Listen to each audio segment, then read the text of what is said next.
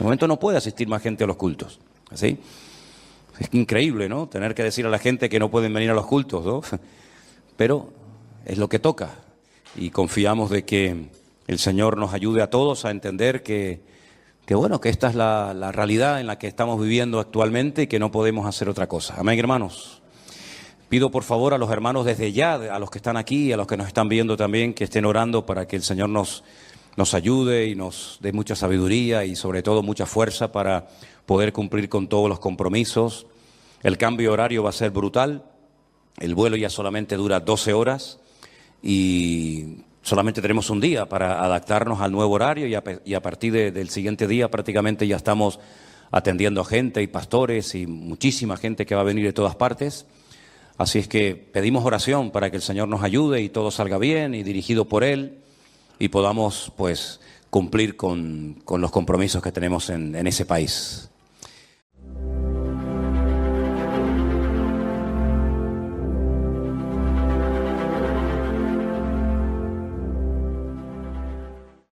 Quisiera que en esta tarde hiciéramos una breve oración antes del mensaje que voy a compartir con ustedes, pidiéndole al Señor que nos hable a nuestros corazones y que podamos salir de aquí fortalecidos y renovados en la fe y que el Señor hable a nuestras vidas como nos tiene acostumbrados. Amén, hermanos.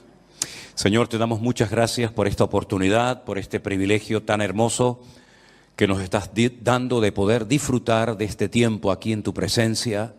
Oramos para que esta palabra que va a ser compartida sea de bendición, traiga beneficio, traiga renuevo a nuestras vidas y podamos aprender mucho a través de ella. Te damos gracias por esta oportunidad que nos das en esta tarde de poder estar aquí delante de ti, Señor, sabiendo que tú vas a hablar a través de tu palabra como siempre. Te lo pedimos todo en el nombre de Jesús. Amén y amén. Gloria a Dios. Hay un estudio muy bonito y muy interesante que consiste en ver cómo eran las ciudades, en definitiva, el mundo en el cual se movieron los primeros cristianos. Cómo eran los cultos, completamente diferentes a como los hacemos nosotros hoy en día. Hoy en día todo está centrado generalmente en un pastor o en una persona que es más o menos el que administra la iglesia junto con los ancianos, los diáconos, los obreros, ¿verdad? Pero en aquellos tiempos las iglesias no eran como nosotros las vemos, estamos acostumbrados hoy en día. Se hacían muchas reuniones en hogares, no existían templos. No fue hasta el siglo III después de Cristo que comenzaron a utilizarse locales o antiguos templos paganos para celebrar cultos o reuniones. Los cristianos se reunían en cualquier parte, en playas, en montañas, en casas particulares, en plazas. Y en aquellos tiempos, pues no era tan fácil ser cristiano como hoy en día. Si estudiamos, por ejemplo, cómo vivían los griegos, cómo vivían los romanos, cuáles eran sus costumbres, los principios, entre comillas, que tenían, qué religiones practicaban en aquellos tiempos aquella gente, cómo se desplazaban la gente de un país a otro, los medios de comunicación que existían. Es realmente un estudio muy interesante, ¿verdad? Ver cómo a veces se llegaba a un lugar donde prácticamente no había nadie y poco a poco se iba formando un pequeño pueblo, después una ciudad y así sucesivamente.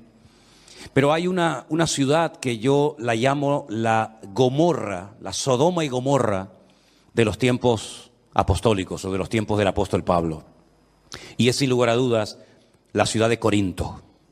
La ciudad de Corinto está aproximadamente a unos 75 kilómetros de Atenas y es una ciudad, o era una ciudad muy interesante porque era una ciudad muy comercial.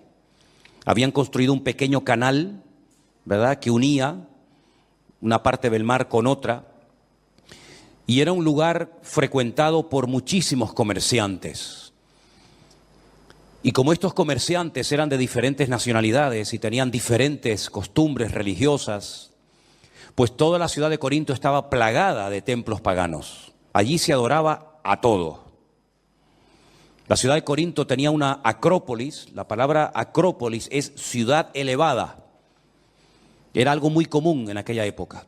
Y en ese montículo de aproximadamente unos 600 metros de altura, había un templo enorme, que era el templo a la famosa diosa Afrodita, la diosa griega de la sensualidad, de la belleza, del amor, que los romanos la adoraban con el nombre de Venus y los efesios la adoraban con el nombre de Diana o también Artemisa. Y siglos más tarde, la misma imagen, pero con un niño en brazos, se le cambió el nombre y se le puso María. En ese lugar de Corinto, en ese templo concretamente, habían 1000 mujeres que eran prostitutas sagradas, sacerdotisas de Afrodita. Y todas las tardes bajaban de ese templo y se metían por toda la ciudad de Corinto, tratando de captar adeptos, tratando de captar hombres para que se convirtieran en adoradores de Afrodita. Y ellas ofrecían sus servicios sexuales a los hombres de la ciudad de Corinto. Y así, de esa manera, utilizando el sexo como gancho, pues alcanzaban a muchos hombres para que fueran adoradores y seguidores de esta diosa pagana, de Afrodita. Y fue en esa ciudad donde el apóstol Pablo llegó en su segundo viaje misionero. Y curiosamente hay un capítulo, que es el capítulo 18 del libro de los Hechos, donde nos cuenta cómo empezó esta iglesia. Y a mí me gusta mucho de vez en cuando recordar, por ejemplo, cómo empezó esta obra.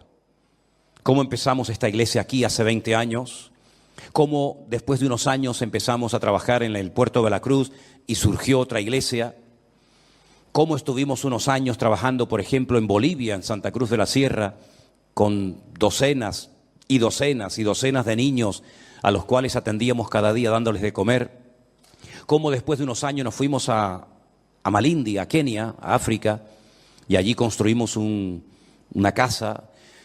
Y es muy bueno saber a veces los comienzos de la obra, quiénes fueron las primeras personas que se convirtieron, cuáles fueron los primeros problemas que nos encontramos, cómo surgió la obra. Y Hechos capítulo 18 nos habla acerca de cómo empezó la iglesia de Corinto. Y quisiera que me siguieran en esta tarde la lectura, porque es muy interesante lo que vamos a leer en esta tarde, antes de ir a la primera carta del apóstol Pablo a los Corintios. En Hechos capítulo 18, Lucas, que es el autor de este libro, nos dice lo siguiente. Después de estas cosas, se refiere a la visita, al viaje de Pablo a Atenas, 75 kilómetros de allí. Pablo salió de Atenas y se fue a Corinto. Y halló a un judío llamado Aquila, natural del Ponto, recién venido de Italia con Priscila su mujer, por cuanto Claudio había mandado que todos los judíos saliesen de Roma, y fue a ellos. Y como eran del mismo oficio, se quedó con ellos y trabajaban juntos, pues el oficio de ellos era hacer tiendas. Y discutía en la sinagoga todos los días de reposo y persuadía a judíos y a griegos. Y cuando Silas y Timoteo vinieron de Macedonia, Pablo estaba entregado por entero a la predicación de la palabra, testificando a los judíos que Jesús era el Cristo. Pero oponiéndose y blasfemando esto, les dijo, sacudiéndose los vestidos: vuestra sangre sea sobre vuestra propia cabeza. Yo, limpio desde ahora, me iré a los gentiles. Y saliendo de allí, se fue a la casa de uno llamado Justo, temeroso de Dios, la cual estaba junto a la sinagoga.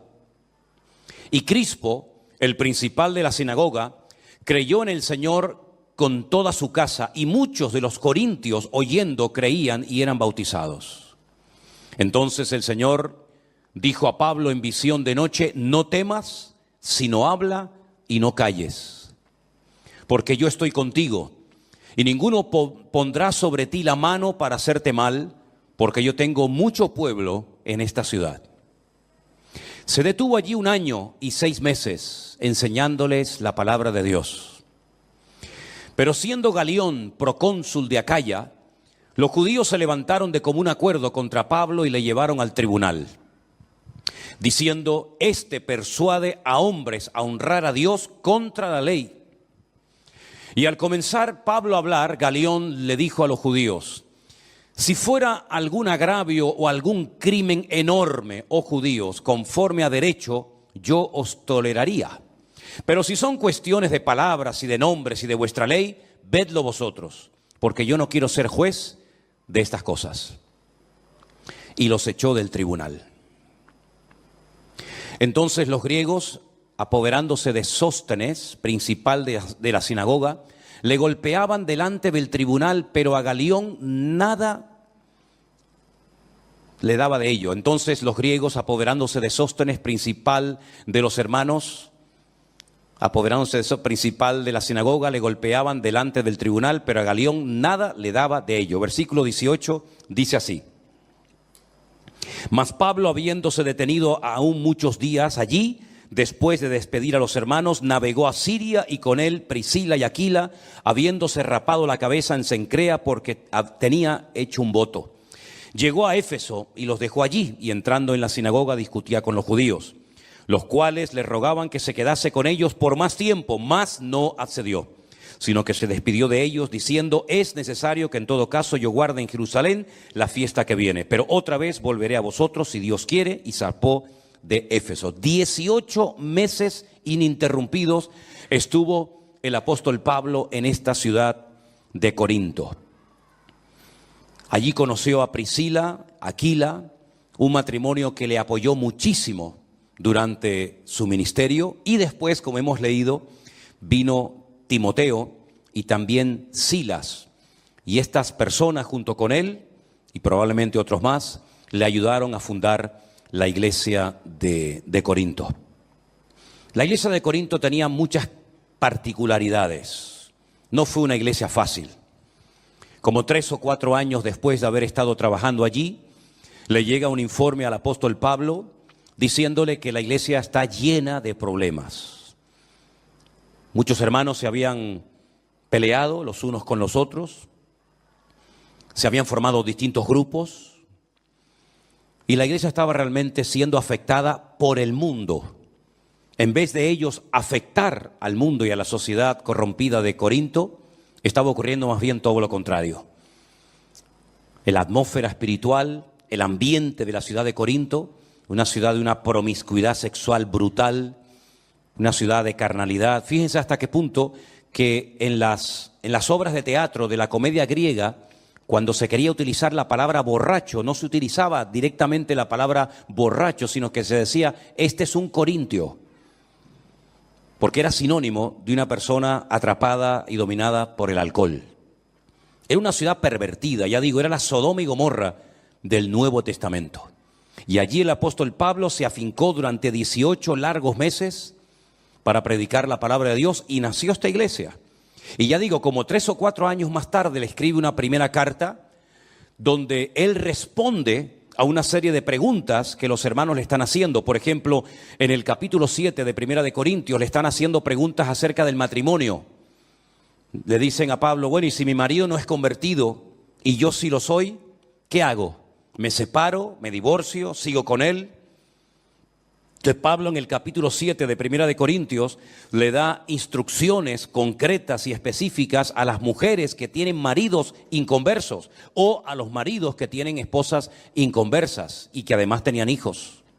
Y él les responde en todo un capítulo a esas preguntas. Le preguntan también acerca del tema de la comida, porque como les acabo de decir, en la ciudad de Corinto había muchos templos, a Apolos, a Afrodita, a todas las divinidades habidas y por haber, y lo que hacían es que llevaban las vacas, llevaban los animales, los sacrificaban, los mataban delante de esos ídolos en esos templos, y luego vendían esa carne en las carnicerías para que la gente comiera de ellos. Entonces los cristianos decían: está bien que nosotros comamos carne que ha sido por la mañana sacrificada, por ejemplo, a uno de los tantos ídolos de la ciudad. ¿Podemos comprar esas carnes a esa gente y comer de ella? Entonces Pablo, por ejemplo, en el capítulo 8 de Primera de Corintios les dice lo que tienen que hacer acerca de la carne que previamente había sido sacrificada a los ídolos. También hay muchas preguntas que le hacen al apóstol Pablo acerca de cómo moverse, cómo saber el don espiritual que uno tiene. El apóstol Pablo dedica 2 capítulos muy interesantes, por cierto, el 12 y el 14 de Primera de Corintios, para traer luz y para aclarar cuáles son los dones del Espíritu Santo y cómo se tienen que ejercer ordenadamente en la iglesia. Les dije en una ocasión, ¿se acuerdan?, que hay 2 listas en la Biblia acerca de los dones del Espíritu Santo. Romanos capítulo 12 y en Primera de Corintios capítulo 12. Él menciona 9. Y él dice que los dones del Espíritu Santo tienen que ser administrados con orden. Las personas que se levantaban para traer una palabra a la iglesia, tenía que haber un orden. No podían hablar todos al mismo tiempo. Por ejemplo, en el capítulo 14 él habla acerca de cómo ejercer correctamente el don de hablar en otras lenguas con la correspondiente interpretación, porque había un desorden, un caos dentro de la iglesia, hasta el punto que Pablo dice: cualquier inconverso que entre a vuestras congregaciones van a pensar que estáis locos. Van a pensar que estáis locos. Porque nosotros no nos reunimos para hablar en lenguas, pero si se hablan lenguas en la iglesia, tiene que ser con este orden que él establece en la iglesia de Corinto, ¿verdad? Y si alguien dice: no, es que no puedo evitar hablar en lengua, no puedo evitar hacer esto o aquello, Pablo dice: no. En nuestras iglesias esa no es nuestra costumbre. Eso no es lo que yo enseño ni en Corinto, ni en Tesalónica, ni en Éfeso, ni en Colosas. En nuestras iglesias tiene que imperar y reinar el orden y la paz, no la confusión. Porque todo lo que Dios hace, lo hace en orden, para traer edificación, para traer exhortación, para traer aliento a la iglesia y no para traer confusión, y muchísimo menos para crear un mal testimonio en la ciudad. Entonces él establece un orden y dice: y el espíritu de los profetas está sujeto a los profetas, ¿verdad? Hágase todo decentemente y con orden, es la regla que el apóstol Pablo establece allí. Le hacían muchas preguntas también, sobre todo porque los griegos no creían que la gente podía resucitar. Des en cuenta que cuando Pablo viene, por ejemplo, de Atenas, él se va al Areópago, donde estaban las personas que estaban siempre tratando de encontrar alguna enseñanza, alguna filosofía nueva para entretenerse realmente, ¿no? Entonces Pablo aprovecha la oportunidad y va allí y les da un mensaje muy interesante. Dice: pero que cuando llega el tema de la resurrección, le dijeron: bueno, ya te oiremos otro día, como diciendo: hasta aquí hemos llegado. Hasta ahora el mensaje ha sido muy interesante, pero eso de la resurrección, los griegos como que no. Entonces ellos, que la mayoría de ellos eran de origen griego y habían salido del paganismo, de la idolatría, pues tenían muchas preguntas acerca de la resurrección. Y bueno, ¿y la resurrección cómo va a ser? ¿Cómo vamos a resucitar? ¿Con este mismo cuerpo? ¿Con otro cuerpo diferente? ¿Y cuándo será? ¿Y cómo será? Entonces Pablo, todo el capítulo 15 de Primera de Corintios lo dedica para aclarar dudas acerca del tema de la resurrección. Pero independientemente de las preguntas que le hacen al apóstol Pablo, la iglesia de Corinto tenía fundamentalmente 5 grandes problemas. Vamos a ver en el capítulo 3, por favor, parte de la lectura se ha leído esta tarde. A partir del versículo 3, Pablo dice: aún sois carnales, pues habiendo entre vosotros celos, contiendas y disensiones, ¿no sois carnales y andáis como hombres? Porque diciendo el uno: yo ciertamente soy de Pablo, y el otro: yo soy de Apolos, ¿no sois carnales? ¿Qué pues es Pablo y qué pues es Apolos? Servidores por medio de los cuales habéis creído, y eso según lo que a cada uno concedió el Señor.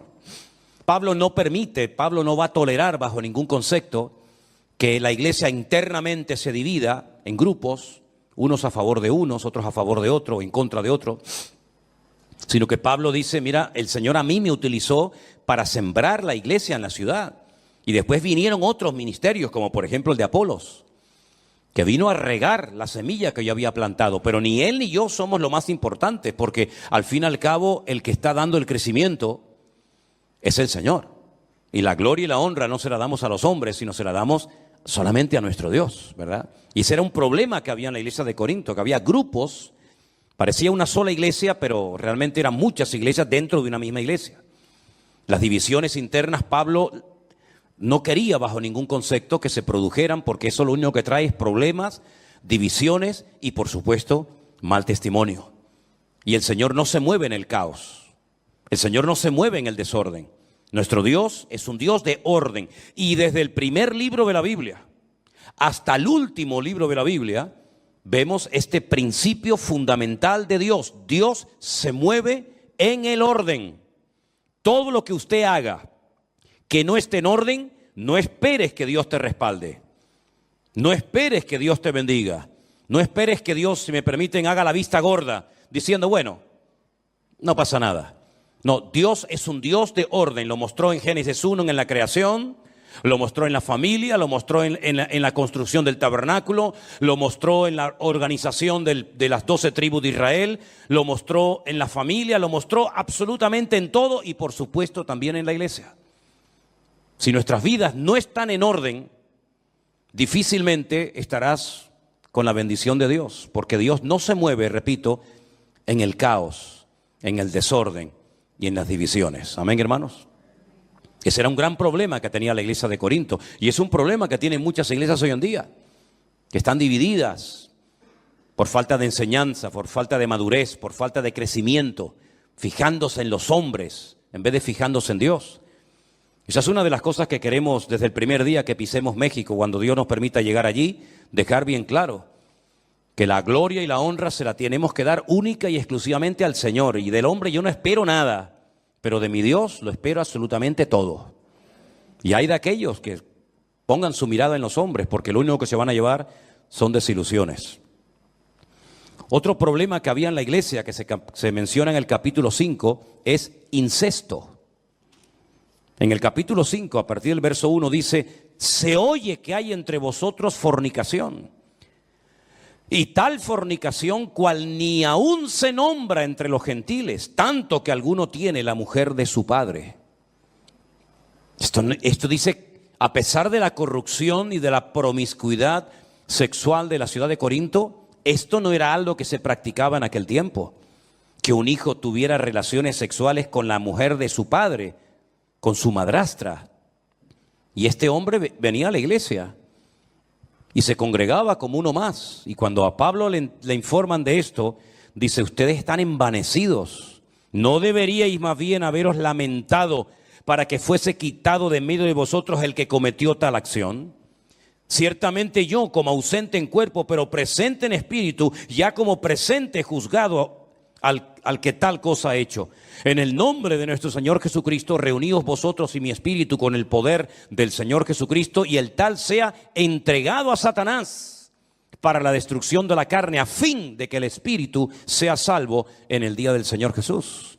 Después en 2 de Corintios, cuando él le vuelve a escribir a la iglesia, este hombre se ve que recapacitó, pidió perdón, se arrepintió, dejó ese pecado, y Pablo dice, bueno, vuelvan a admitirlo en la iglesia, pero lo que no podemos permitir es que esta persona lleve esta vida de desorden, cometiendo un pecado que ni los gentiles ni los del mundo cometen, y se congrega en nuestra iglesia como si nada y participe como uno más, y aquí nadie le llama la atención, sino que bueno, todo el mundo mira para otra parte. El apóstol Pablo se entera y dice, bajo ningún concepto vamos a permitir eso en la iglesia del Señor Jesús, porque en la casa del Señor tiene que reinar el orden y la santidad. ¿Cuántos dicen amén? También había problemas entre hermanos. Capítulo 6, versículo 1 dice, ¿osa alguno de vosotros cuando tiene algo contra otro ir a juicio delante de los injustos y no delante de los santos? ¿No sabéis que los santos han de juzgar al mundo? Y si el mundo ha de ser juzgado por vosotros, ¿sois indignos de juzgar cosas muy pequeñas? ¿O no sabéis que hemos de juzgar a los ángeles? ¿Cuánto más las cosas de esta vida? Si pues tenéis juicios sobre cosas de esta vida, ¿ponéis para juzgar a los que son de menor estima en la iglesia? Hermanos que se denunciaban, iban a los tribunales, iban a los jueces, a las autoridades del mundo para arreglar sus problemas, que tenían que haberlo arreglado con la bendición y con la paz del Señor, en oración, con un buen espíritu, con una buena actitud. Se denunciaban los hermanos, y claro, imagínate los del mundo, los de afuera, cuando se enteraban que había problemas entre los hermanos y se denunciaban los unos a los otros. Y Pablo utiliza el argumento de decir, sí, nosotros los hijos de Dios que vamos a juzgar a los ángeles, que vamos a juzgar al mundo juntamente con el Señor, resulta que tienen que recurrir a los inconversos para que los inconversos les solucionen los problemas a ustedes como cristianos. ¿Pero qué están haciendo? Ese problema también lo había en la iglesia de Corinto. Pero como muchos habían salido del paganismo, como muchos habían dejado la idolatría, muchas hermanas de la iglesia habían ejercido antaño la prostitución, de ahí que les pida que se cubran y se pongan un velo, porque aquellas 1000 jovencitas, ¿se acuerdan? Aquellas 1000 sacerdotisas del templo de Afrodita, sí, eran prostitutas, pero ¿cómo se diferenciaban estas mujeres de una mujer normal de Corinto, que vestían con unos peinados y con unas ropas tremendas? Pues porque eran calvas, les habían rapado completamente la cabeza. Y cuando tú veías a estas jóvenes por las calles con su pelo rapado, no es que tuvieran una enfermedad que se les caía el pelo, sino que era un voto que habían hecho, ¿verdad?, de raparse el pelo para dedicar sus cuerpos por entero a la prostitución sagrada, dándole culto a Afrodita, ¿verdad? Y entonces muchos de los hombres de la iglesia habían estado con esas mujeres, y esas mujeres ahora eran convertidas, y esos hombres ahora eran convertidos y se encontraban en los cultos, y se encontraban en la iglesia. Imagínense ustedes. Porque en Corinto no había 50 iglesias, como puede haber a lo mejor en cualquier ciudad, que hay una iglesia aquí, una iglesia más allá, una bautista, una pentecostal, una anglicana, ¿verdad? Sino que había una sola iglesia. Y el que se convertía a Cristo tenía que ir a un solo lugar. No había un montón de iglesias, había una sola iglesia en toda la ciudad. Y ahí se encontraban, pues, prostitutas o ex prostitutas con los antiguos clientes que habían tenido.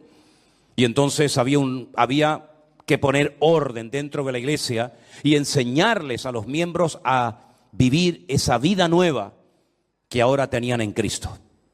Y verse los unos a los otros, no como un cliente ni como un objeto, sino como hermanos en Cristo. Y en el capítulo 5 Pablo dice, os he escrito por carta, verso 9, que no juntéis con los fornicarios. No absolutamente con los fornicarios de este mundo, con los avaros o con los ladrones o con los idólatras, pues en tal caso os sería necesario salir del mundo. Más bien os escribí que no os juntéis con ninguno que llamándose hermano, escuche esto, llamándose hermano, fuera un fornicario, un avaro, un idólatra, un maldiciente, un borracho, un ladrón, con esa persona ni coman. Una persona que va a la iglesia, que dice que es cristiano y es un borracho, es un ladrón, es un avaro, es un fornicario, con ese ni coman. Porque, ¿qué razón tendría yo para juzgar a los que están fuera? ¿No juzgáis vosotros a los que están dentro? Es decir, el apóstol Pablo lo que está diciendo es, miren, yo no les he dicho que ustedes no pueden hablar con gente del mundo que practican todo tipo de pecados. Yo no les he dicho eso. Si yo les hubiera dicho que no hablaran con borrachos, con prostitutas, con ladrones, con avaros, con idólatras, pues se tendrían que ir a vivir a otro planeta. Porque en la calle, en el mundo, los inconversos, los que no tienen a Cristo en su corazón, los que no han puesto su vida en orden y los que no viven en santidad, pues lógicamente están atrapados, son esclavos de uno o varios pecados de los que acabo de mencionar. El apóstol Pablo dice, no, ustedes me han interpretado mal mis palabras. Yo no les dije que no se juntaran con esas personas, porque si no se juntan, si no le hablan a esas personas, ¿cómo lo van a ganar para Cristo? Yo lo que les he dicho y la enseñanza que les he dado es esta. Si hay gente en la iglesia que son idólatras, avaros, ladrones, fornicarios, etcétera, etcétera, no os juntéis con esa persona. Para que no piense el mundo que se puede venir a la iglesia y seguir practicando el pecado y seguir viviendo igual que como vivíamos antes y no pasa nada. Para que se avergüencen y para que recapaciten de que la vida cristiana no es un relajo, sino la vida cristiana es algo serio en el que tenemos que dar un fiel testimonio de lo que Cristo ha hecho en nuestras vidas. Amén, hermanos. Tiene que haber un cambio en nosotros. Las mujeres no pueden comportarse como se comportaban antes de conocer al Señor, ¿verdad? Imagínense estas, no digo las 1000, pero imagínense que 200 de estas prostitutas se convirtieran al Evangelio y ahora vinieran a la iglesia. Pues habría que enseñarles mire hermana, si no se puede vestir usted a partir de ahora, porque usted se vestía de esa manera para atraer y seducir a los hombres, pero ahora el objetivo no es atraer y seducir a los hombres a través de su cuerpo. sino glorificar a Dios. Por eso Él dice, presentad vuestros cuerpos en sacrificio vivo, santo, agradable a Dios, ¿verdad? Y así como antes presentabais vuestros miembros, los miembros de vuestro cuerpo para el pecado, presenten ahora esos miembros para honrar, para servir y para glorificar a Dios. Y tenían que enseñarle a vestir, a hablar, a caminar, a comportarse a esas mujeres que habían vivido pues en ese mundo. Y a los hombres que habían sido toda la vida unos mujeriegos, o unos borrachos, o unos idólatras, había que decirles, no, a partir de ahora ya no se puede vivir así. Nuestra forma de hablar, nuestra forma de comportarnos, nuestra forma de actuar tiene que ser completamente diferente, porque ahora no somos como los del mundo que no conocen a Cristo. Ahora somos cristianos, embajadores de Cristo.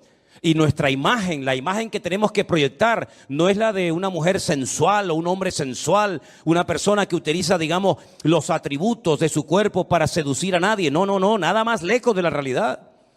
Ahora la gente tiene que mirar en nosotros un cambio, tienen que ver que ahora somos gente que ha nacido de nuevo y que nuestros apetitos, nuestros deseos, nuestros hábitos, nuestras costumbres son completamente diferentes a como éramos antes de conocer al Señor. Amén, hermanos. Por eso hay que pedirle al Señor, Señor, quítame cualquier vestigio de carne que pueda haber en mi vida. Quita de mi vida la mala mirada, la mala conversación, malos deseos, malas inclinaciones. Que el Señor limpie nuestros ojos, que el Señor limpie nuestros oídos, nuestra boca, nuestros labios, que el Señor nos cambie y nos transforme completamente de arriba abajo, para que el mundo vea que ya no somos ni la sombra de lo que éramos antes de conocer a Cristo como nuestro Señor y Salvador personal. Pablo escribe varias cartas y se pegó 18 meses de su vida en Corinto para enseñarles cómo se vive ahora nuestra nueva vida en Cristo. Porque nosotros no solamente tenemos que ser cristianos dentro de la iglesia, sino sobre todo cuando salimos de nuestros templos, cuando salimos de nuestros lugares de culto, tenemos que seguir comportándonos y hablando y viviendo y pensando y reaccionando como cristianos. Amén, hermanos. No es un disfraz, no es una chaqueta que me pongo. Me visto de cristiano, vengo el domingo a la iglesia con carita de niño bueno, con carita de niña buena, y luego salgo y soy un mujeriego, un borrachuzo, atrapado a los vicios de este mundo, enganchado a las loterías, enganchado a la pornografía, una promiscuidad sexual brutal. No, usted no ha entendido nada, amigo. Usted no ha entendido nada, hermana. En Cristo tenemos que cambiar en todo, pero no solamente por dentro, sino en algunos casos también por fuera, ¿sí o no?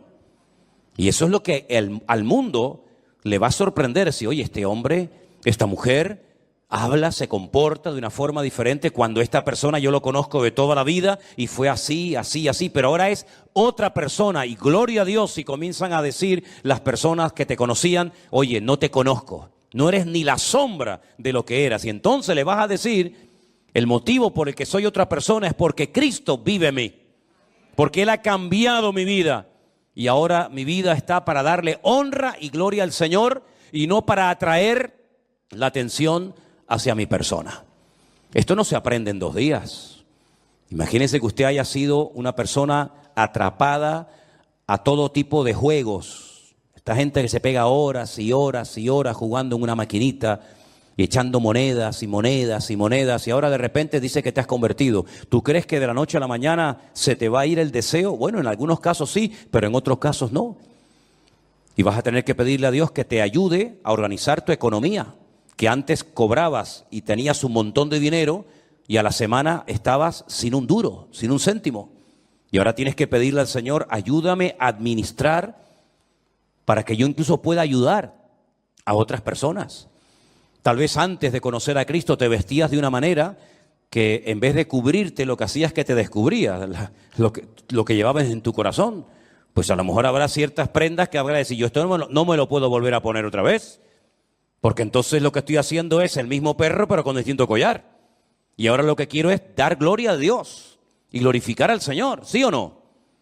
Esa es la vida de un cristiano. La vida de un cristiano no es dejar de ir a misa y venir al culto. Dejar de tomar la hostia y venir ahora a tomar el pan y el vino. La vida de un cristiano es vivir como Cristo vivió. Como Él hablaba, tenemos que pedirle al Señor, Señor, yo quiero hablar y comportarme y pensar y reaccionar y vivir como tú lo hacías. Y yo no sé cómo tú tratabas antes a tu marido, o cómo tú tratabas a tu mujer, o a tus hijos, o a tus padres. Pero sería bueno que leyeras la Biblia y te preguntaras, ¿yo me estoy comportando como un marido cristiano o como uno más? ¿Yo me estoy comportando con mi familia, con mi marido, con mis hijos, como una auténtica mujer cristiana o sigo siendo la mundana de toda la vida? ¿Soy un hijo que obedece a sus padres y que honra a sus padres o sigo siendo el niño malcriado y caprichoso que siempre pedía y pedía y pedía y lloraba y pataleaba y se enfadaba cuando no le daban lo que querían? Si todas las áreas de nuestra vida, todo, absolutamente todo, tiene que ser cambiado por el Señor. Pero para cambiar, uno tiene que querer cambiar. Y el Señor lo va a hacer. Había desorden en la Santa Cena. Nosotros, saben que una vez al mes celebramos la Santa Cena, ¿verdad? Le damos el pan y el vino a cada persona que va a participar. Pero miren lo que dice 1 Corintios capítulo 11. 1 Corintios capítulo 11 dice, a partir del verso 17, al anunciaros esto que sigue, no os alabo, hermanos, porque no os congregáis para lo mejor, sino para lo peor. Pues en primer lugar, cuando os reunís como iglesia, oigo que hay entre vosotros divisiones. ¿Y saben lo que dice Pablo? En parte lo creo.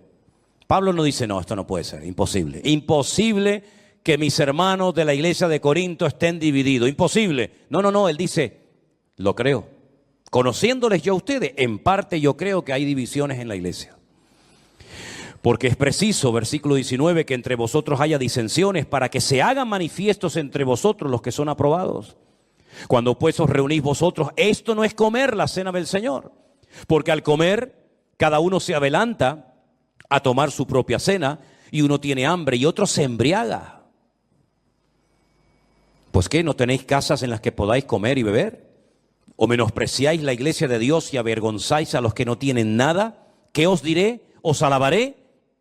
En esto no os alabo. La gente se ve que llevaba su comida a la iglesia y ya se quedaban en la iglesia a comer. Y claro, había gente pudiente en la iglesia y gente pobre, como siempre ha habido. Gente con más y con menos capacidad económica. Y dice la Biblia que algunas personas tenían hambre y se iban hambrientos de la iglesia. Y otras personas tenían tanta abundancia de comida y de bebida que hasta se emborrachaban dentro de la iglesia, dentro de los cultos, del lugar donde se habían decidido congregar. Y claro, cuando a Pablo le decían, mira, tú sabes que hay hermanos que tienen hambre y van al culto y salen con hambre. Y al lado a lo mejor hay una mesa de unos hermanos ricos y tienen de todo. Y en vez de compartir con los hermanos que tienen hambre y necesidad, no son capaces de decirle, hermano, ¿quiere usted comer un poco de nuestra comida? Hermano, tenga un platito y disfrute juntamente con nosotros. Son incapaces de compartir la bendición. Y no solamente no comparten, sino que además hasta llegan a emborracharse, porque en vez de llevar una pequeña cantidad simbólica para participar del pan y del vino, llevan tanta cantidad que se pasan y se embriagan y se emborrachan en la iglesia. Gracias a Dios yo nunca he visto esto en esta iglesia. Amén, hermanos. Gracias a Dios yo nunca he visto esto, ni lo veré. Pero que personas hambrientas salgan hambrientas de una iglesia cuando hay una celebración, una comida, un banquete, un ágape, y póngale el nombre que quiera, eso es una vergüenza para la iglesia. Eso sería terrible, ¿verdad? Ver a gente hambrienta que viene a la iglesia en un día de comida y se van hambrientos. ¿Pero cómo puede ser? ¿Cómo se pueden llamar esa gente cristianos?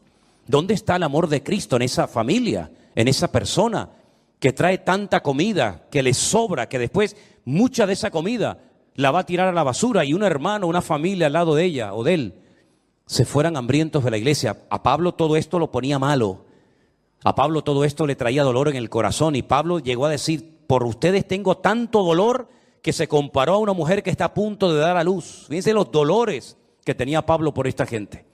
Tenía dolor, tenía tristeza, le pesaba en el corazón o escuchar, oír estas noticias de una iglesia que él amaba tanto, por la cual había trabajado tanto y donde había estado 18 meses de su vida con hombres de Dios como Silas, Timoteo, Apolos, Priscila, Aquila, su marido, Y ver ahora, 3 o 4 años después, a la iglesia en estas condiciones le causaba una tristeza tremenda. Porque la iglesia tiene que ir cada vez a mejor. Cada vez tenemos que estar más firmes, más maduros, más constantes, más fieles al Señor. Cada vez tenemos que tener las doctrinas más claras en nuestra vida. No ser niños fluctuantes que ahora sí, ahora no, ahora creo, ahora no creo. El apóstol Pablo luchó y derramó lágrimas para que en esta iglesia se estableciera una congregación de sana doctrina, una iglesia unida, una iglesia que pudiera contrarrestar toda la basura espiritual y el ambiente y la atmósfera terrible que había en Corinto. Y lamentablemente vemos que el ambiente de la ciudad se metió dentro de la iglesia hasta el punto que dentro de la iglesia se cometían casi los mismos pecados que se cometían en los templos paganos de la ciudad de Corinto. ¿Y cómo no le iba a doler a Pablo eso? Imagínense ustedes si el Señor Jesucristo hubiera entrado un día en un culto normal de la iglesia de Corinto. Imagínense cómo hubiera reaccionado el Señor si entra a una iglesia donde supuestamente se le está dando honra, gloria y culto a Él y se encuentra uno borracho, al otro acostándose con su madre, al otro criticando a este hermano, al otro insultando a la otra hermana, al otro yendo al juez para presentar una denuncia contra este hermano. ¿Cómo hubiera reaccionado el Señor si hubiera entrado un día físicamente de un animal? Ya los pelitos se fueron cayendo y mi abuela, pues le puso un forro nuevo y puedo decir que esa silla lleva conmigo pues más de 50 años. Pero ¿quién tiene en su casa un objeto de 3.000 años? ¿Usted tiene algo en su casa que tenga 3.000 años de historia? Dice, sí, mi suegra. No, nadie tiene semejante cosa. Pero mire, aquí en nuestras manos tenemos un libro, una colección de libros, mejor dicho. Eso es lo que significa Biblia, colección de libros, que tienen centenares, que tienen miles de años. Esto es un tesoro incalculable, es increíble. Y además en su propio idioma, en su propia lengua, para que usted pueda saber lo que Dios dijo, lo que Dios manda y lo que Dios no manda. Y una de las cosas que yo he dicho cuando se acerca uno a las páginas de este sagrado libro, la Biblia, es que la gente en aquellos tiempos vivía muy diferente a nosotros. Yo sé que, por ejemplo, hay gente aquí que no cree, les cuesta mucho aceptar que hubo un momento en la historia en el que no existía Internet. Algunos dicen, no, créame, hay un momento en la historia en el que Internet no existía. Tú ponías Google y no existía Google. Tú dices, pero ¿cómo se podía vivir sin Google? Y sin WhatsApp. Algunos le quitan el WhatsApp hoy en día y vamos, se transforma, les da un ataque, algo les pasa, ¿no? Pues hubo una época en la que se vivía sin televisión en color. Y usted dice, ¿cómo era la televisión? ¿En blanco y negro? Y cuando vino la televisión en color, aquello fue una fiesta increíble, ¿se acuerdan? Vivimos durante muchos años sin móviles, sin celulares, como algunos los llaman.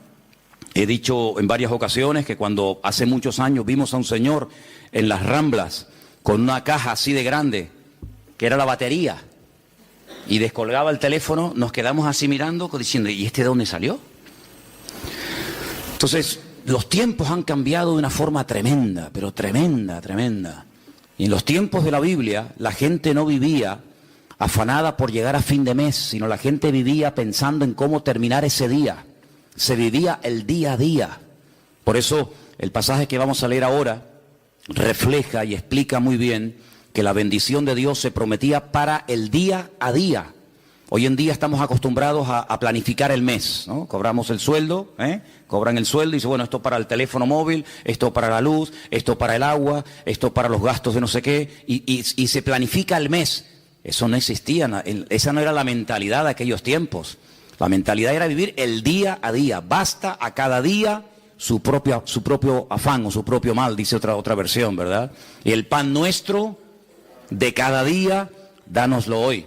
La famosa parábola de los labradores, cuando van a trabajar a la viña, ¿qué se les pagó? El día de trabajo. Entonces, cuando la gente terminaba el día y decía, hoy he comido, hoy he usado ropa y hoy voy a dormir bajo techo, gloria a Dios. Mañana, como se decía, Dios dirá. Mañana Dios dirá. Pero ¿quién vive hoy en día al día? Nadie.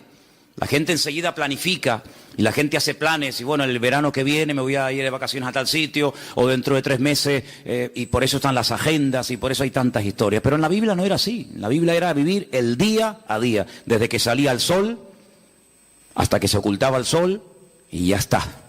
Y hay un pasaje en el Antiguo Testamento, en el libro de Éxodo, capítulo 16, que voy a leer unos versículos para que vean qué interesante esta historia. Y dice: viendo los hijos de Israel, se preguntaron unos a otros, ¿y esto qué es? Ustedes saben la palabra maná, ¿no? Maná. La palabra maná en hebreo significa, ¿qué es esto? Maná. Majú, ¿qué es esto? Y por eso la palabra maná, que uno dice, bueno, ¿y qué significa? Significa literalmente, ¿qué es esto? Pues dice aquí, cuando vieron aquello, dijeron, ¿qué es esto? Porque no sabían qué es lo que era. Entonces Moisés le dijo, este es el pan que el Señor os da para que coman. Esto es lo que el Señor os ha dado, recoged de él cada uno según lo que pudiera comer, un gomer por cabeza, conforme al número de vuestras personas, tomaréis cada uno para los que están en su tienda. Los hijos de Israel, dice versículo 17, le hicieron así, unos recogieron más y otros recogieron menos. Y lo medían por gomer, y no sobró al que había recogido mucho, ni faltó al que había recogido poco. Cada uno recogió conforme a lo que había de comer. Moisés les dijo, ninguno deje de ello para mañana. Algunos decían, ¿y si mañana no cae el maná? ¿Y si pasado mañana se agota? Vamos a recoger el lunes, para el martes, para el miércoles y para el jueves. Siempre ha habido gente así, ¿no? Pero el Señor le dijo, no. Ellos no obedecieron a Moisés. Algunos dejaron de ello para otro día y crió gusanos y hedió. Y se enojó Moisés contra ellos. Era una falta de fe. Creer que al día siguiente el Señor no iba a derramar su fidelidad era una falta de fe. Hoy ha caído el maná, sí, mañana otra vez y pasado otra vez, no se preocupen. Y lo recogían cada mañana, cada uno según lo que había de comer, y luego que el sol se calentaba, se derretía. No sé si han visto seguramente en alguna feria, en algún lugar por ahí, esa gente que tiene como si fuera un caldero y van haciendo una cosa así y crean como ese algodón. ¿Lo habéis visto? Ese algodón de azúcar que cuando lo coges con la mano te empegosta todo. El maná era algo así, era algo muy parecido a eso. El Señor les dijo, cada día ustedes van a ver una demostración de mi fidelidad. Cuando ustedes se levanten, ya el maná está allí. No van a tener que esperar a que caiga. Es decir, yo voy a ir siempre delante de ustedes. Cuando ustedes se levanten el lunes, ustedes recojan todo lo que vayan a comer para el día lunes. Y cuando se levanten el martes, recojan lo que vayan a comer el martes y así sucesivamente. Pero había gente que dudaba, había gente que decía, vamos a recoger para 3 o 4 días por si acaso. Vamos a recoger para toda la semana. ¿Y qué pasaba? Se les echaba a perder.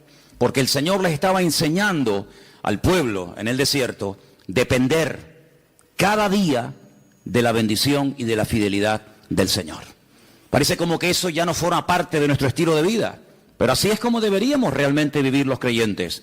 Hoy el Señor me ha bendecido, hoy el Señor me ha ayudado, hoy puedo dormir en mi cama, hemos comido, fíjate tú, hemos desayunado, almorzado, otros han merendado antes de venir al culto, otros antes de irse se ponen allí en el mostrador también a picotear, luego llegan a casa, vuelven a comer. Hermanos, Dios es fiel. ¿Cuál es la garantía de que mañana Dios me va a suplir mi necesidad? Que hoy me la ha suplido. ¿Cuántos dicen amén? Como Él no cambia, si Él hoy ha sido fiel, mañana otra vez volverá a ser fiel. Y yo tengo que fiarme de Dios.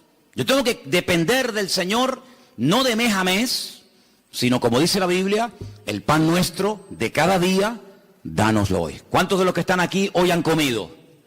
Veo que todos vienen vestidos. Algunos han venido en coche, otros caminando, otros en guagua. Cuando te vayas de aquí, cenarán, dormirán en sus camas. ¿Qué más queremos, hermanos? Dice la palabra de Dios, teniendo sustento y abrigo, estemos contentos con esto. ¿De dónde nace ese afán, ese agobio de venga y más y más? ¿De dónde nace? ¿De la Biblia? No. ¿De una relación sana con Dios? No, Señor.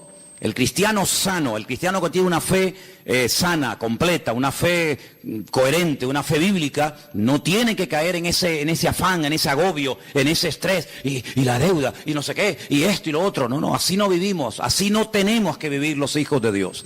Los hijos de Dios tenemos que vivir de cara al mundo, de cara a la galería, con paz, con la tranquilidad de saber que nuestra vida está en las manos del mejor pastor del mundo, porque dice la Biblia, el Señor es nuestro pastor y nada nos faltará. ¿Cuántos dicen amén? Por lo tanto, en el Sermón del Monte, el Señor cuando enseña a orar a su pueblo dice, y el pan nuestro de cada día, dánoslo hoy. ¿Se puede orar por el pan nuestro de cada día? Claro que sí. Pero en ningún momento tenemos que estar preocupados por los próximos 15 días, por la próxima quincena, por el próximo mes. Eso no es bíblico, eso no es bíblico. El Señor quiere que aprendamos a depender de Él, a confiar en Él cada día, sin preocupaciones, sin agobios, sin estrés. Ya sé que esto a lo mejor suena locura. Ya sé que la gente de la calle, la gente que no tiene a Dios, pues no viven así. Pero es que usted no tiene que imitar al mundo, usted tiene que imitar al Señor Jesucristo y obedecer su palabra. Hay un texto muy interesante que yo lo he leído muchas veces, de hecho no quiero exagerar, pero casi a diario lo leo, y se encuentra en Deuteronomio. Es un pasaje buenísimo, buenísimo, que de vez en cuando pienso yo que deberíamos de leer. Está en Deuteronomio capítulo 8, del versículo 11 en adelante.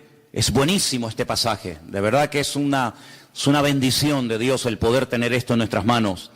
Dice, cuídate de no olvidarte del Señor tu Dios. Y yo pregunto, ¿y se puede acaso alguien olvidar de Dios? Porque te puedes olvidar, no sé, de las llaves, del móvil. Te puedes olvidar de dónde dejaste el coche. Yo me acuerdo hace años, venía por la calle esta de la iglesia con el casco de la moto en la mano. Y me metía en el bar de aquí al lado a tomar un cortado. Y un hermano, me dice, ¿de dónde vienes? Digo, no, tuve que ir abajo a Santa Cruz a hacer unas cosas. Y me dice, ¿y tú vas por la vida con un casco debajo del brazo? Digo, ¡ay, la moto! Y la dejé en la Plaza de España. Yo me vine desde la Plaza de España hasta aquí con la moto, con el casco de la moto bajo el brazo. Vamos, simplemente mirando el casco, sabes que, mijo, el casco es para usarlo en la moto. Pues me olvidé de la moto. Y un día tuve que llamar al segurita del Carrefour allí en La Laguna, porque para mí es que me habían robado el coche. ¿Y qué va? Me van a robar el coche estaba en otro sitio, pero volví loco a medio centro comercial. Mire, que me robaron el coche, que llame a la policía, que no sé qué, y el coche estaba donde yo lo había dejado, pero yo no me acordaba. Y a veces hemos visto en alguna playa por la megafonía, el niño Pedrito García Rodríguez, con una camisita roja y un pantalón amarillo y unos calcetines verdes. Se ha perdido, por favor. Pero perder a Dios, olvidarse de Dios. ¿Cómo se puede una persona, cómo se puede olvidar un joven, cómo se puede olvidar una familia de Dios? Pues hermanos, parece mentira, pero hay gente que incluso llegaron a servir a Dios y se olvidaron completamente de Él. Y por eso el Señor, sabiendo que somos así los seres humanos, dice en este versículo, cuídate, tengan cuidado de no olvidarse del Señor vuestro Dios, para cumplir sus mandamientos, sus decretos, sus estatutos que yo te ordeno hoy. Versículo 12. No suceda que comas y te sacies y edifiques buenas casas en las que habites, y tus vacas y tus ovejas se aumenten, y la plata y el oro se te multipliquen, y todo lo que tuvieres se aumente, y se enorgullezca tu corazón, y te olvides del Señor tu Dios, que te sacó de la tierra de Egipto, de la casa de servidumbre, que te hizo caminar por un desierto grande y espantoso, lleno de serpientes ardientes y de escorpiones y de sed, donde no había agua, y Él te sacó agua de la roca del pedernal, que te sustentó con maná en el desierto, comida que tus padres no habían conocido, afligiéndote y probándote para a la postre hacerte bien. Y digas en tu corazón, mi poder y mi fuerza, la fuerza de mi mano, me han traído esta riqueza. Dice aquí, acuérdate del Señor tu Dios, porque Él es el que te da el poder para hacer las riquezas. ¿Cuántos dicen amén? Esa es mentira, ¿no? Gente que ha prosperado, gente que le ha ido bien en la vida, que en fin, que han aumentado sus negocios, su patrimonio, etcétera, y se les sube a la cabeza el éxito, y diga, no, es que yo tengo todo esto por mi fuerza, por mi sabiduría, por mi poder. Usted dice, no, a mí eso no me puede pasar. No lo digas, porque como lo diga, a veces al final te va a terminar pasando. El hombre es así, hermanos. El hombre, mientras depende del Señor, se mantiene humilde, se mantiene sometido al Señor, pero como parece que a veces la riqueza o la abundancia se le vuelven en su contra, pueden incluso llegar a olvidarse del Señor, del Creador. Dice, el que te sacó de Egipto, el que cuando eras un esclavo y nadie daba un duro por ti, yo te compré y te saqué de la tierra de esclavitud y te conduje por el desierto y te di agua y te di maná y te di todo lo que necesitaba. Y ahora que llegas a la tierra prometida te olvidas de mí. Porque crees que ha sido tu sabiduría, tu fuerza, tu experiencia en la vida la que te ha llevado de la nada a la cumbre y te equivocas.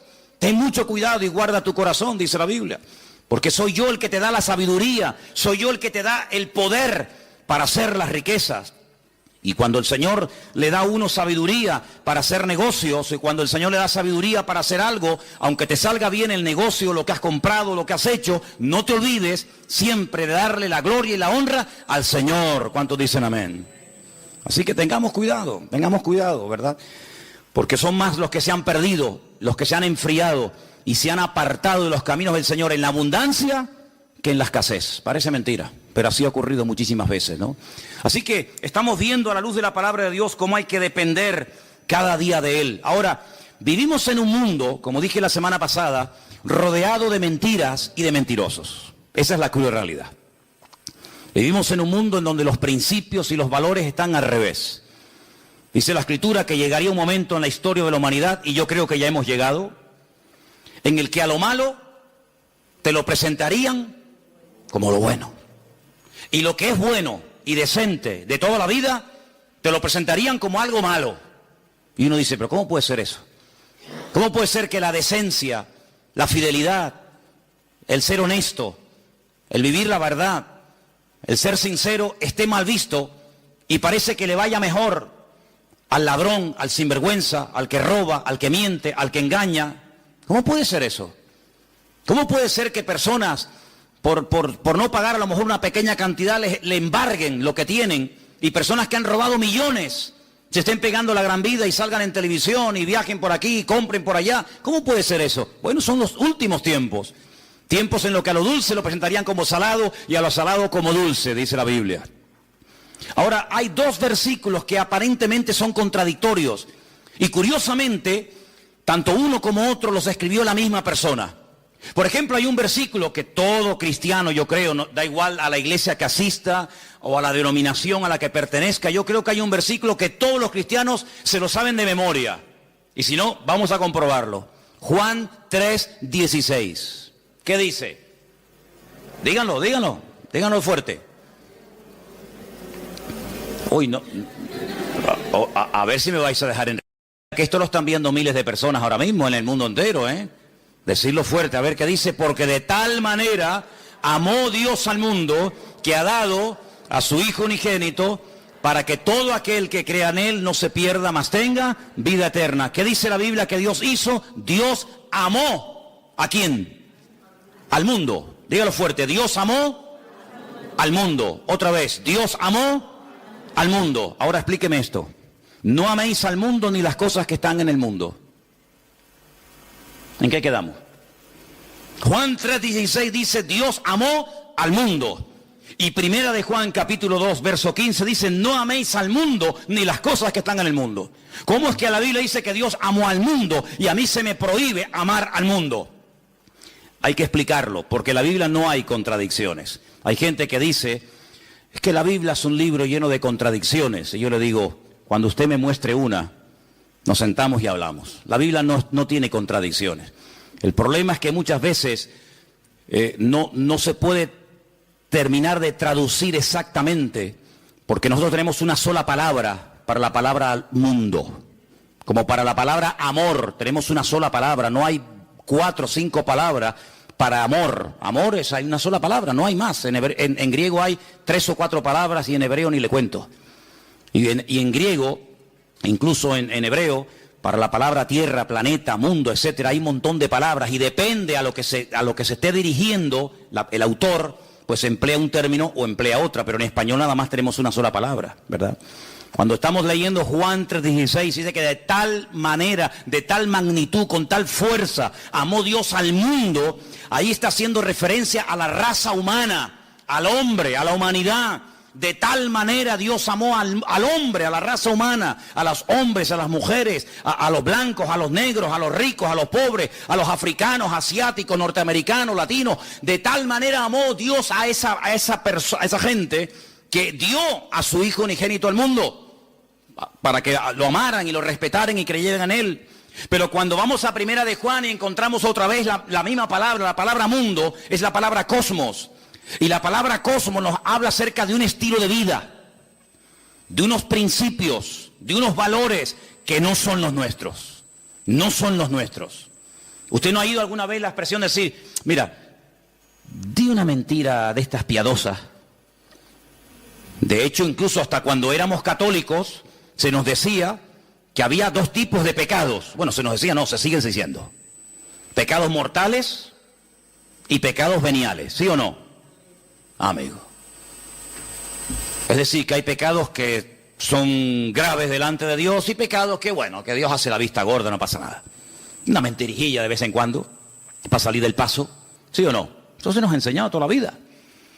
Cuando vamos a la palabra nos encontramos que hay un sistema, un estilo, una filosofía de vida que es totalmente opuesta a nuestro estilo de vida. ¿Por qué? Porque en el mundo, cuando 2 o 3 o 4 hombres se juntan en un bar, en un negocio, donde sea, y comienzan a hablar, ¿de qué suelen hablar? De mujeres. Y presumen de las veces que han engañado a sus esposas. Y presumen de que tuvieron relaciones con esta y con aquella y con la otra y con mengano. Sin embargo, eso en el círculo cristiano se nos tendría que caer la cara de vergüenza y darnos vergüenza de haber hecho eso.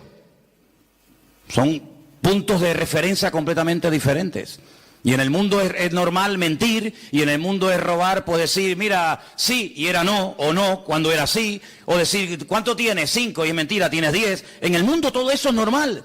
Y cuando dice la Biblia, no améis al mundo, se refiere, no imites la forma como vive la gente. Una cosa es que Dios amó al hombre y otra cosa es que Dios ame a los pecados del hombre, que son dos cosas completamente diferentes. ¿Dios ama a una etarra, a un asesino, a un violador?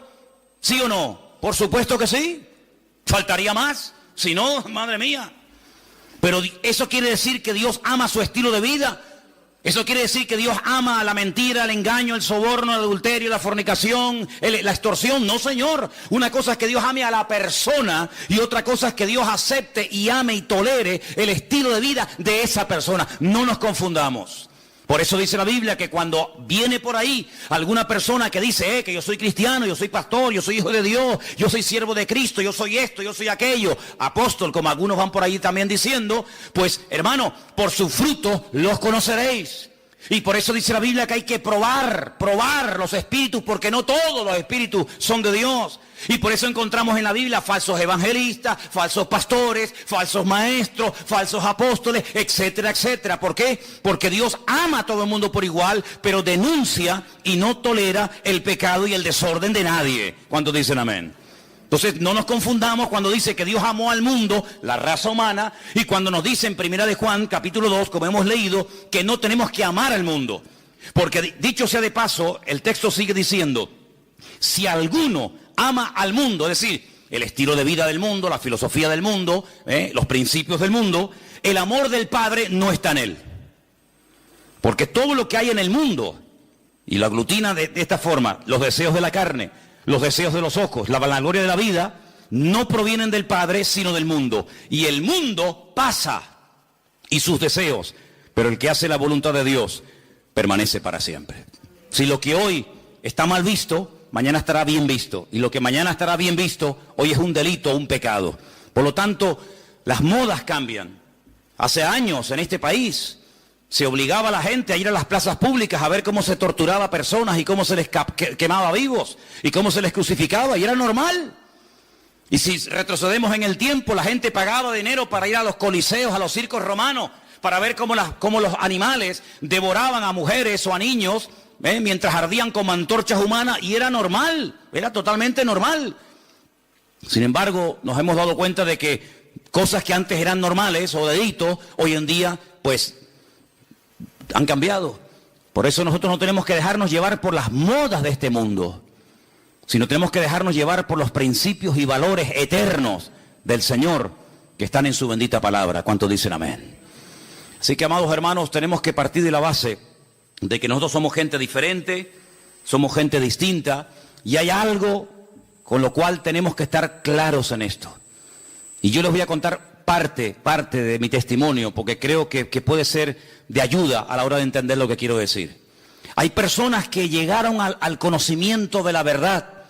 Hay personas que les nació en su corazón el deseo de buscar a Dios porque empezaron a leer los evangelios o empezaron a leer la Biblia. Conozco muchísima gente que me dice, no, yo un día me compré una Biblia, o alguien me regaló una Biblia, un Nuevo Testamento, como esta que estáis ofreciendo los hermanos moteros, ¿no? Bueno, te llega la Biblia, empiezas a leerla, y empiezas a interesarte, empiezas a darte cuenta de un montón de cosas y se despierta algo en ti que te lleva a una búsqueda de la verdad, y buscando, pues encuentra. ¿Y a quién encuentra? Al autor y al consumador de la fe, que es Cristo Jesús, ¿sí o no? Pero a mí no me pasó eso. Yo fui al revés. Yo no había leído en mi vida la Biblia, jamás. No me interesaba. Yo no sabía ni lo que era una Biblia. A mí no me llegó el conocimiento de Dios, ni el deseo de buscar a Dios por la lectura, por el estudio, por indagar, por buscar la verdad. Es que a mí no me interesaba buscar la verdad, pero en absoluto. Lo primero que yo tuve fue un encuentro, una experiencia personal con Jesucristo. Yo no había leído la Biblia en mi vida. Entonces, cuando yo entré por primera vez en mi vida a una iglesia, yo le dije literalmente a Dios, es que yo no creo en ti.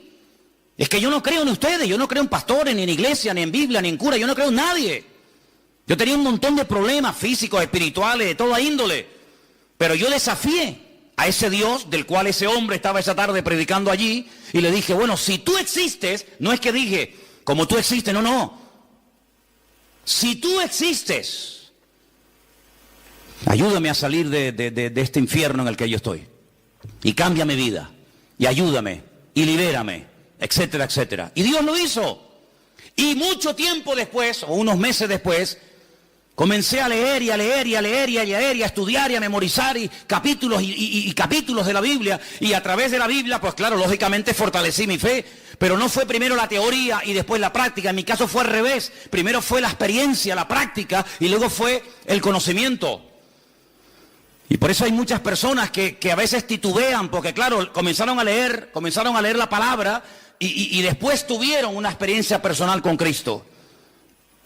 Pero cuando uno tiene una experiencia personal con Cristo, a mí no me mueve nadie de la fe que yo tengo en el Señor. Porque a mí los demonios que tenía no me los sacó ningún pastor, a mí me los sanó directamente mi Señor Jesucristo. Y el que me transformó la vida no fue una predicación de un reverendo o de un apóstol, o como ese radio se llame, sino que directamente mi Señor y mi Dios me liberó y me transformó y me rompió completamente. Y después comencé a leer su palabra. Y por eso hay gente que lee la palabra y después tienen la experiencia, si es que la llegan a tener, y por eso a veces dudan de haber interpretado correctamente el texto y lo habré interpretado mal, y en vez de resulta que era así, resulta que era asado. Yo no tengo la más mínima duda. Yo he hablado con budistas, he hablado con gente que practica el Islam, he hablado con rabinos judíos de todo tipo, cerrados, abiertos, de toda índole. Y yo cada día estoy más firme en mi fe, porque a mí el conocimiento y la experiencia no me vino por lo que leí ni por lo que me enseñaron. Es que yo tuve un encuentro personal con Cristo. Yo era ciego y ahora veo. Entonces, cuando una persona tiene un encuentro personal con Cristo, que digan lo que digan, que hagan lo que hagan, que pase lo que pase, yo sé en quién he creído. ¿Cómo voy yo a negar que soy blanco? Hermano, si yo me subo a esta plataforma esta tarde y digo, hermano, ustedes me ven blanquito, pero yo realmente en el fondo soy negro. Usted dirá, bueno, hermano, usted de lo que quiera, pero usted se le ve por fuera y usted tiene piel blanca. No, mire, hermano, es que yo soy moreno, mulato y soy mujer. Pasa que ustedes me ven con otra visión. No puedo negar, yo no puedo negar lo que soy. Pues exactamente igual le digo espiritualmente. Yo no puedo negar que Cristo un día me sanó, me liberó y me transformó la vida. Y no lo leí en la Biblia, no lo leí en un libro, lo sentí, lo experimenté personalmente. Por eso cada vez que voy a Israel, cuando vengo más firme en mi fe. Y no es que voy allí y digo, ay, a lo mejor creía al revés de como yo era. No, es que me da igual. Porque yo no fui al convencimiento de la verdad por lo que leí, sino por lo que viví y por lo que experimenté. Y cuando una persona experimenta algo, no desde la teoría, sino desde la práctica, ese hombre y esa mujer no lo tumba ni lo sacude nada ni nadie. ¿Cuántos dicen amén? Si yo subo esta noche aquí a un hombre y subo a una mujer y le digo, hermano, explique lo que es un parto. Y diga, bueno, pues un parto, ¿no? Tienes dolores, hay un momento como se rompen aguas, se llama, ¿no? Corríjame porque yo en esto estoy fatal, ¿eh? Se rompen aguas, te entran dolores, empiezan a dilatar, no sé qué, no sé cuánto, tienen que llevar a la clínica y te suben allí en aquellos aparatos y te dice, sopla, sopla, aprieta, no, ahora sí, ahora sago, ¿sí o no? Qué malo soy, plegarse fatal. Asuman ustedes una mujer aquí que haya parido y dice, mira Manolo, cállate la boquita, anda. Un parto no tiene nada que ver con lo que tú has dicho. Tú estás hablando desde la teoría, desde lo que has oído, de lo que te han contado. Pero yo he parido. Y un parto es esto y esto y esto. ¿Quién puede dar mejor una información de lo que es un parto? ¿Yo? ¿O una mujer que ha parido? Evidentemente una mujer que ha parido. Porque no lo habla desde la teoría. Lo habla desde la realidad. Desde el dolor. Lo habla desde la sensación de haber tenido esa criatura en su vientre y de haberlo sacado y ver la realidad de lo que es un parto. Y exactamente igual ocurre, amados hermanos. Hay gente que habla de Dios desde la teoría. Que si Dios es así, que si Dios es asado, que si no sé qué. Que hablas con un judío, te dice una cosa. Hablas con un musulmán, te dice otra. Hablas con un evangélico, te dice una cosa. Hablas con un mormón, te dice otra cosa. Hablas con un budista, te dice no sé qué. Y entonces tú dices, Dios mío, pero cada uno tiene una opinión diferente. Pero todos tienen la razón. No puede ser que los musulmanes digan que Dios no tiene un hijo y que los cristianos digan que Dios sí tiene un hijo. ¿Quién tiene la razón? ¿El musulmán o Dios? ¿O el cristiano? Porque yo pregunto, ¿Dios tiene un hijo o no tiene un hijo? Porque si no tiene Dios un hijo, entonces los musulmanes tienen razón. Pero si Dios tiene un hijo que se llamó Jesucristo o Yeshua Hamashiach y vino a este mundo a morir en una cruz y resucitó al tercer día, entonces este no dice la verdad la está diciendo este hombre.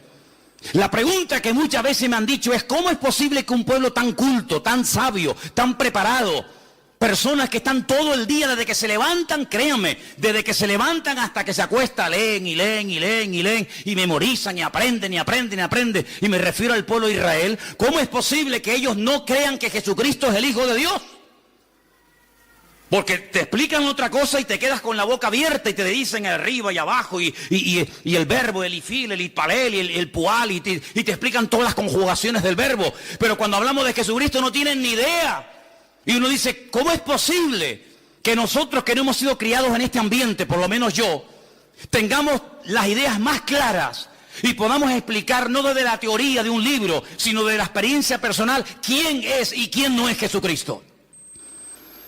¿Cómo es posible que 14 veces se hayan equivocado los judíos nombrando a un Mesías que luego le salió el tiro por la culata? Lean la historia de Bar Kokhba.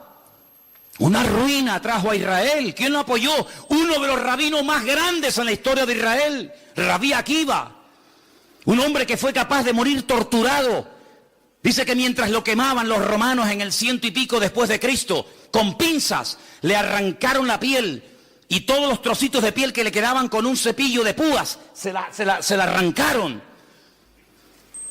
¿Cómo es posible que un hombre que murió de esa manera torturado dijera que Jesucristo fue un impostor? Y después tuvieron a otro llamado Sibitai. Y ese fue una ruina total porque la mayoría de los judíos del mundo entero lo reconocieron como el Mesías. Y al final, cuando lo apresaron los turcos, cuando lo prendieron los musulmanes, le dijeron, o claudicas de esto, o te matamos. Y se convirtió al Islam. Y todavía ni se han recuperado. ¿Y cómo es posible que hace unos años, en todas las calles de Israel, en los taxis, en las guaguas, en los colegios, en la radio, en la televisión, por todas partes había pancartas, que viene el Mesías, que viene el Mesías, que viene el Mesías, el viejito Lubavitch, un viejito así chiquitito? Ese es el Mesías. Y resulta que se murió. Y todo el mundo dice, uy, ¿ahora? Y ahora eso que le estaban esperando y lo habían proclamado como el Mesías, dice, no se preocupen, de un momento a otro resucita y viene y está entre nosotros otra vez. Y yo digo, Dios mío, ¿cómo es posible que esa gente tan culta y repito, tan sabia y que profundiza tanto la Escritura se hayan equivocado tantas veces? No una, ni dos, ni tres, ni cuatro, muchas veces, proclamando a falsos mesías. Bueno, es que eso está escrito. Eso no es producto de la casualidad. Es que eso ya lo profetizó el Señor en el libro de Isaías capítulo 29. Y quiero leértelo para que veas, es algo impresionante. Que lo que les ha ocurrido estaba escrito, estaba profetizado. Y no nos tiene que sorprender. Y dice en Isaías capítulo 29, a partir del versículo 10, ceguera e hipocresía de Israel. Fíjate qué curioso el capítulo, ¿no? Yo sé que los nombres de los capítulos no son, digamos, inspirados, originales, pero solamente se le llama a este capítulo la ceguera espiritual de Israel. Y mira lo que dice aquí. Porque esto se escribió antes del nacimiento de Cristo, no se escribió en el Nuevo Testamento. Ah, claro, eso lo escribió Pablo, lógico. Es normal que Pablo o Pedro o Juan o Santiago o Mateo digan eso. No. Esto lo escribió Isaías antes del nacimiento de Cristo. Cómo él proféticamente recibe la revelación de cómo iba a actuar esa gente. Y dice así: porque el Señor derramó sobre vosotros espíritu de sueño. Esto es un judío hablándole al pueblo de Israel. Dios derramó sobre vosotros espíritu de sueño y cerró los ojos de vuestros profetas y puso velo sobre las cabezas de vuestros videntes. Ah, ahora entiendo. Ahora entendemos, claro. Y os será toda visión como palabras de libro sellado. Por eso leen y leen y leen y leen y memorizan y aprenden y no entienden. El cual si dijere al que sabe leer y le dijeren, lee ahora esto, él dirá, no puedo porque está sellado. Y si se le diera el libro al que no sabe leer, le dicen, lee ahora esto, y él dice, es que no sé leer. Dice pues el Señor, escucha bien la explicación de Dios, estas son las palabras de Dios al pueblo de Israel, porque este pueblo se acerca a mí con su boca y con sus labios me honra, pero su corazón está lejos de mí. Y su temor de mí no es que un mandamiento de hombres, como dice otra versión más cercana al original, un mandamiento enseñado y aprendido de memoria, que les ha sido enseñado. Por tanto, he aquí que nuevamente excitaré yo la admiración de este pueblo con un prodigio grande y espantoso, porque perecerá la sabiduría de sus sabios y se desvanecerá la inteligencia de sus entendidos. Ahora puedes ver cómo un niño en la escuela dominical, un domingo a la tarde, es capaz de ver en Juan capítulo 1, cómo el Verbo, que en un principio era Dios, se hace hombre, se humana, se encarna y habita entre nosotros y vemos su gloria. Y no tiene ningún problema en aceptar eso. Y después te encuentras a un hombre que lleva 70, 80 años de su vida leyendo 16 horas por día la Biblia, por la mañana hasta por la noche, y es incapaz de ver a Cristo en las Escrituras. ¿Por qué? Porque el profeta Isaías dijo, en los últimos tiempos derramaré un espíritu de ceguera en vuestros videntes, en vuestros profetas, en vuestros sabios, de tal manera que van a leer y dice como que no lo puedo leer porque no lo entiendo. Es como si estuviera sellado. Increíble, increíble. Ya sabemos que en los últimos tiempos el Señor tratará de una forma especial, pero lo importante es que todos y cada uno de nosotros valoremos el hecho de haber podido entender el Evangelio, porque haber entendido el mensaje, el propósito por el cual Cristo vino a este mundo nos ha cambiado la vida, ¿sí o no? Cuando una persona encuentra la verdad, yo no tengo que buscar nada más, créanme, yo no tengo una insatisfacción diciendo, oye, estaré en la verdad, me habré equivocado, me habrá engañado esta gente. Y a veces resulta que yo he creído en esta iglesia evangélica y ahora resulta que estoy en la mentira, me he metido en una secta, me están comiendo el coco. A veces resulta que en vez de este camino era el otro. Ay, madre mía. Es que yo sé en quién he creído. Yo no me convertí a la iglesia evangélica. Yo no soy representante de la iglesia evangélica. Yo soy embajador de Cristo y Cristo fue el que cambió mi vida. Y me reúno aquí porque con ustedes me siento a gusto y porque creo que todos tenemos una experiencia en común. Pero si así no fuera, probablemente buscaría otro lugar donde poder congregarme. Pero no porque me haya convertido a una iglesia llamada iglesia evangélica. Yo no me he convertido a nadie, ni he cambiado de religión. Yo he pasado de muerte a vida, porque Cristo ha perdonado todos mis pecados y de ahí no me muevo ni a palo. ¿Cuántos dicen amén? Y por eso tenemos que tener bien claro, ahora que se nos está yendo el año, ahora que estamos llegando a la recta final, ¿estás hoy más firme en tu fe que el 1 de enero? ¿Estás hoy más firme, más bien anclada en las cosas del Señor que hace 4 o 5 meses atrás? Espero que sí. ¿Cuántos dicen amén? Quiero leerles un versículo en esta tarde.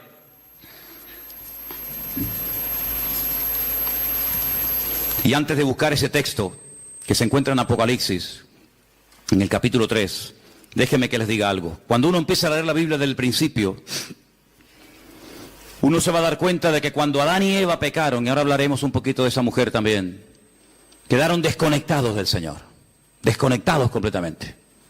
Todo cambió, todo. Aquel hombre y aquella mujer eran perfectos, y usted y yo no somos perfectos, sabíamos eso, ¿no? Si te crees perfecto, díselo a tu mujer a ver qué te dice y ya verás cómo te recuerda que no lo eres. Así de claro. Qué maravilla el ojo humano, ¿eh? Qué maravilla poder ver en colores. Porque nosotros vemos en colores, ¿sí o no? ¿Usted ve en colores? Hay algunos que confunden, ¿no? El rojo con el verde con el amarillo, pero generalmente el hombre ve en colores. Vemos en 3 dimensiones. Podemos ver de cerca, de lejos, enfoca de una forma maravillosa. Pero usted sabe que de todo lo que hay aquí que se podría llegar a ver, solamente vemos el 1%. Nuestro ojo solamente percibe el 1% de todo lo que podríamos llegar a ver. Adán veía al 100% sin ningún problema. Veía a los ángeles, veía el mundo espiritual y natural de una perfección tremenda. ¿Qué le parece? El cerebro del ser humano dice que está dividido en 2 y que solamente funciona una parte. Yo a veces hasta lo dudo que funcione esa parte. Y Dios pone un miembro en nuestro cuerpo para que funcione la mitad, no tiene sentido. El cerebro de Adán funcionaba a la perfección y veía la esencia de las cosas con una claridad nítida, sin problema, ¿verdad? Y sabemos que el hombre está por debajo de todos sus niveles. Seguramente Adán era capaz de meterse debajo de un río y estar 3 horas metido debajo del agua. Y veía perfectamente, porque era un ser perfecto, completo, no le faltaba nada. Probablemente, sabe Dios, hasta con el pensamiento podría trasladarse de un lugar a otro y volar. Yo qué sé lo que aquel hombre podía haber llegado a ser. Sin embargo, el pecado lo deterioró todo. El pecado lo reventó todo. No somos ni la sombra de lo que un día el Señor creó. El mundo era perfecto, el mundo que tenemos no es perfecto. Vayan a Madrid ahora, van a ver esa capa, esa nube negra encima, ¿verdad? El otro día las imágenes de Pekín, los pobres chinos con máscara, allí ahogándose, asfixiándose. Este mundo no tiene nada que ver con el mundo perfecto y maravilloso que el Señor creó. Pero a pesar de la rebelión y del pecado del hombre, Dios proveyó un sistema, eran los sacrificios. ¿Y qué hace Abel? Presenta un sacrificio ¿para quién? Para él. Él tiene deseo de acercarse a Dios y presenta un sacrificio para él, pero no lo podía hacer para otra persona. Pero cuando avanzamos en la historia, vemos que llegamos a Egipto y vemos que ya Dios dice, bueno, ahora no solamente el hombre puede acercarse a Dios a través de un sacrificio de animales, sino que ahora el papá, el cabeza de la casa, puede presentar un sacrificio para la familia. Y dice que sacrificaban un cordero para toda la familia. Así que de uno individual pasó a toda la familia. Y después resulta que cuando seguimos avanzando en la relación con el Señor, encontramos que una vez al año se mataba un cordero para toda la nación. Así que pasamos de uno, pasamos a la familia, y de la familia pasamos a la nación. ¿Pero de qué nación estamos hablando? De la nación de Israel. ¿Y todas las demás? No entran, están fuera del pacto, están fuera. Pero cuando vino el Señor Jesucristo, ¿por quién vino a morir? Por toda la raza humana. Y ahí entramos tú y yo, queridos hermanos, los que estaban, los que aún no habían nacido. Y por eso yo te pregunto en estos últimos días, en estas últimas semanas que nos quedan para concluir este año 2015, ¿tú has tenido ya tu encuentro, tu experiencia personal con Cristo? ¿O simplemente lo que estás es aprendiendo y creciendo en el conocimiento? Está bien todo eso, pero lo importante no solamente es saber muchas cosas, sino tener tu experiencia con el Señor. Porque si mañana nos quitan las Biblias, si mañana nos cierran los templos y ya no podemos depender de un culto, de una predicación o de un pastor, ¿qué va a pasar con nosotros? Nada. ¿Por qué? Porque estamos conectados a través de nuestra propia experiencia con la fuente de la vida, porque tenemos nuestra propia experiencia con Cristo. Y ya no dependemos de un pastor, de una iglesia, de un predicador, del internet, sino dependemos directamente de nuestro Señor Jesucristo. ¿Tú tienes esa línea directa con Él? ¿Tú lo conoces como tu Señor y como tu Salvador, o como el Dios que aquí se predica? Porque hay gente que dice, no, es que cuando hablan de nosotros dicen, sí, porque ustedes creen en no sé qué y se quedan como al margen. No, yo no hablo de ustedes, yo hablo de si tú conoces al Dios vivo y verdadero. ¿O es que acaso el Dios del evangélico es diferente al Dios del católico? ¿No hay un solo Dios? Bueno, pues a ese único Dios del cual hablamos y predicamos, ¿lo conoces personalmente? ¿Tienes un encuentro con Él? ¿O para saber algo de Él tienes que buscar en Mateo? O para saber algo de su esencia y de su carácter tienes que ir a los Salmos o al Apocalipsis o por aquí y por allá. No, no hace falta que vaya por aquí y por allá porque yo sé quién es. Y conozco a mi Padre. Y sé lo que le agrada y lo que no le agrada. La gente más espiritual, la gente que más creció en su relación con el Señor nunca leyeron la Biblia porque no la tenían. Abraham no leyó nunca la Biblia. Jacob, Isaac, José. Personas que nunca leyeron la Biblia, pero ellos conocían a Dios, no por lo escrito, sino por lo que habían experimentado. Y José era capaz de rechazar a la mujer de Potifar, diciendo, ¿cómo voy yo a pecar contra mi Dios? Pero hijo, ¿dónde está escrito que eso es pecado? Aquí en mi alma está escrito, porque yo conozco la voz de mi Señor y sé lo que le agrada.